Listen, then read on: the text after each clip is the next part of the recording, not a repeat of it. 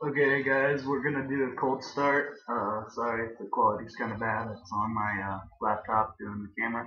So yeah, I'm gonna do a cold start on my DTF 150 four-stroke. Pretty good bike. Paid $400 for it. Got an electric start and kick start. I'm gonna kick start it because the battery's about to die.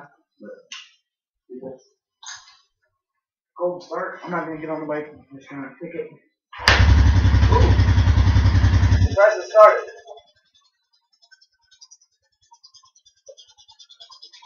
Well, here's the bike. Surprised to start at first kick. Pretty good bike if you ask me.